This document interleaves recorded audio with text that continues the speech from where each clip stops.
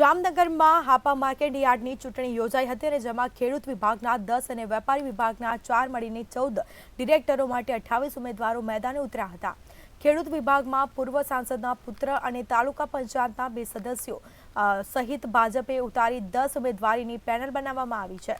જ્યારે વેપારી વિભાગની 4 બેઠકો માટે ભાજપની પેનલ અને અન્ય 7 ઉમેદવાર સહિત 11 ઉમેદવારો ચૂંટણી લડી રહ્યા છે, જેમાં 760 ખેડૂત અને 110 વેપારીઓ સહિત કુલ 870 મતદારો મત આપ્યા હતા। ખેતીવાડી ઉત્પન્ન બજાર સમિતિ જામનગરની સામાન્ય ચૂંટણી બાબતે મતદાનની પ્રક્રિયા ચાલુ છે, જેમાં ખેડૂત વિભાગમાં 10 સીટ માટે 17 હરીફ ઉમેદવારો છે અને 760 જેટલા મતદારો છે। જ્યારે વેપારી વિભાગની 4 સીટ માટે 11 જેટલા હરીફ ઉમેદવારો છે અને 110 જેટલા મતદારો છે। બંને વિભાગનું મતદાન શાંતિપૂર્ણ અને ભયમુક્ત માહોલમાં ચાલી રહ્યું છે। પૂરતી પોલીસ બંદોબસ્ત અને આનુષંગિક વ્યવસ્થાઓ કરવામાં આવી છે।